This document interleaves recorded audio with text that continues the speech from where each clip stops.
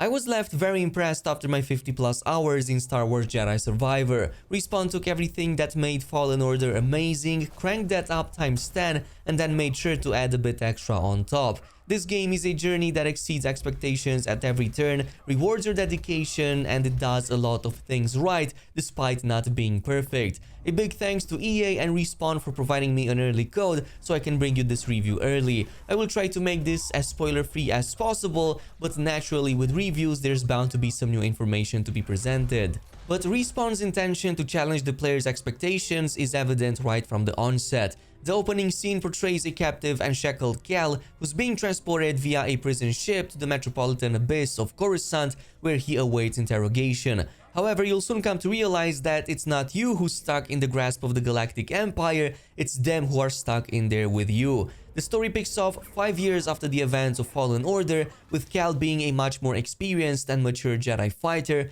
both in the powers he uses and the strategies he employs.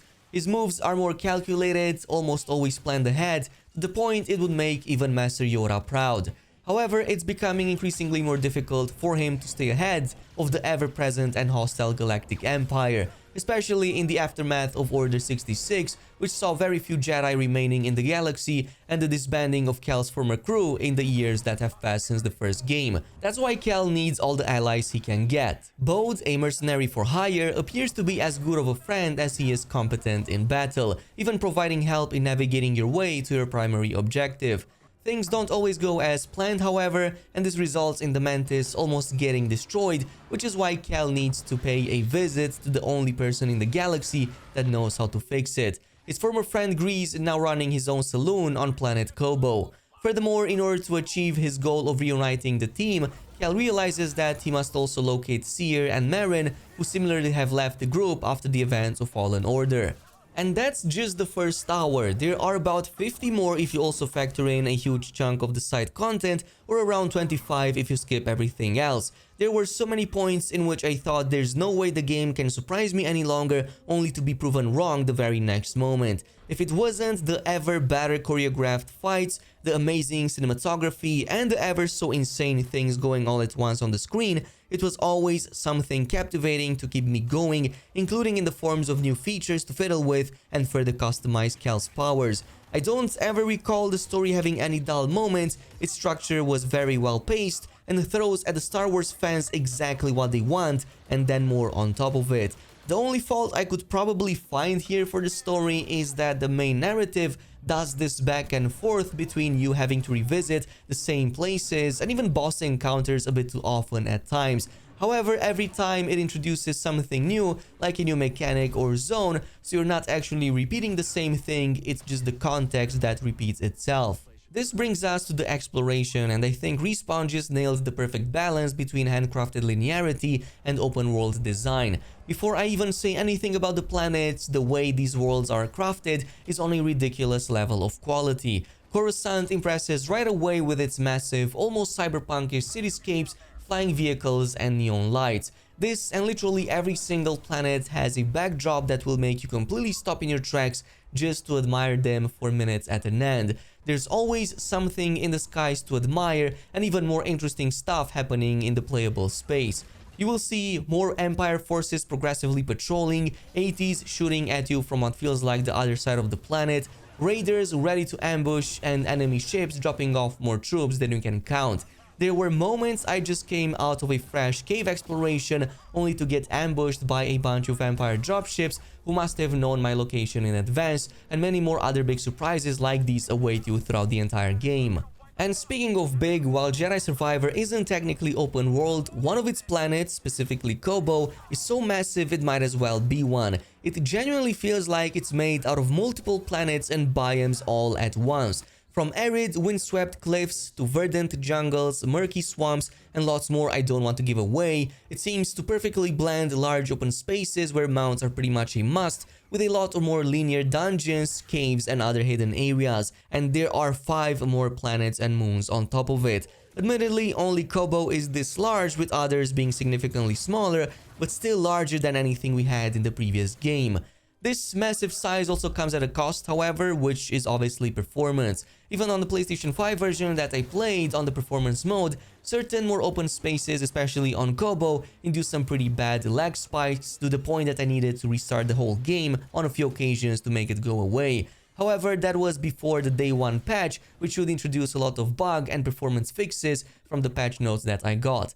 Another drawback with the zones is that the game still uses gaps as a loading screen trick when passing between large areas, which is something that I thought would be done with by now. The newfound exploration also comes packaged with interesting new ways Cal can traverse it. Some of them I'm sure you're familiar with from other games, like having your own glider, mount, grappling hook, or even an air dash. Nothing wrong with that, and for this game it makes our protagonist feel so much more nimble and godlike than he ever did in the first game. There are moments you literally feel like a Jedi Superman, and the game really embraces this newfound power. The introduction of new puzzle mechanics and completely new challenges is also a breath of fresh air, putting these newfound abilities to the test in one of the most memorable spectacles I think I ever had in a recent video game. This is just a random challenge, by the way, that's not even that big, but I promise you there's going to be stuff in the main story and outside of it that's 100 times more amazing than this one. Equally to the new traversal skills, the new stances offer unique new playstyles to take into account. Again, Respawn completely outdone themselves by actually making each one of these feel super unique and provide completely different combat advantages. Particularly the blaster stance, this is like combining a space cowboy with a fencing champion. In one hand you have a powerful blaster that makes easy targets of any faraway enemies, while in the other you have a lightsaber that you can poke and stab at enemies in ways such that they can never reach back. Crossguard is slow and brutal, an option you'll want to opt for if you want to straight up bash enemies' heads instead of patiently chipping away at their guard and HP bars. Even the former dual wield gets its own amazing stance, with the entire skill tree providing something very useful for all of them. There's no skill point here that's too filler or too boring when it comes to the stances, both old and new. Now the impact and severity of each lightsaber swing is now felt more greatly by your enemies. Limbs, body parts, and other detachables will literally reign in this game. It doesn't matter who they belong to, be it human or beast. Respawn also went a step above that and made sure to not just listen to the feedback from the first game, but also make this into a whole new mechanic. That's because cutting limbs off also removes certain enemy attacks, so if there's one particular attack that you had problems with, you can simply just take it away. Besides, combat feels more satisfying than ever, and it's always cool to see all the new finisher animations that Cal uses against his foes, but also some of the older ones returning.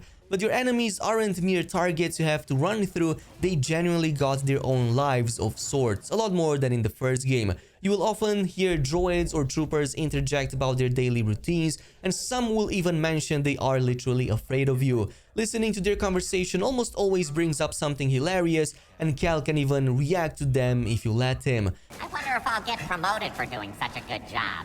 Then I'll get the other droids to guard the cliff. Oh, but then I won't see the scenery. Now that's a dilemma. Dilemma solved. Not just that, but enemies have more character than ever, and you can find stormtroopers stumbling like fools when the adrenaline kicks in, or see battle droids malfunction as they try to throw stun grenades at you, among other things. On the reward side, Jedi Survivor really respects your dedication and as such will reward you at every step of the way. So much in fact that it might even feel a bit overwhelming at times with all the loot caches you can find. There are countless treasure chests out in the world, many cosmetic vendors, and literally like dozens if not hundreds of components for your lightsabers as well as your blasters, all which are provided to you upon completing side content or when you get out of your way by exploring the abundance of hidden areas.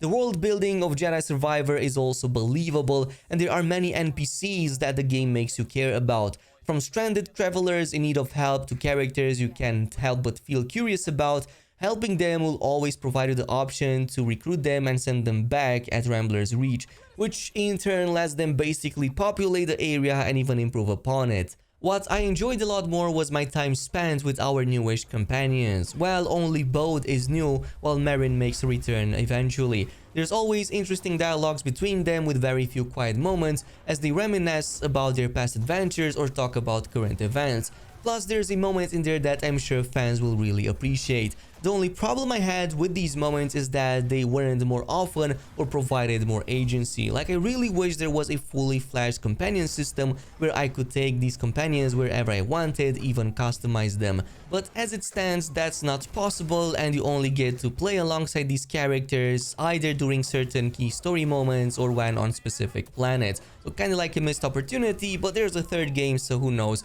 keeping hopes high for that. That being said, it's time for a final verdict, and going over a quick recap of the positives and the negatives. On the upsides, the game is massive and offers a lot of fun. Planet environments are extremely diverse and graphically impressive. Cal's new powers all feel interesting and impactful, and the roleplay options are beyond the vast. On the downside, the only noteworthy fault I could find were the performance-related issues, and even those were before the day 1 patch. Well, that and the general jankiness of the game, which at this point is part of the whole appeal. For that reason, Jedi Survivor is at least a 9 out of 10 in my book, maybe even getting a few extra points in there because it was so much fun, and I even considered this to be a strong Game of the Year contender. If you want to see more of this game on the channel, I have a lot of guides, gameplay, and secrets coming, so make sure you subscribe for more and activate that notification bell. Thanks so much, and until next time.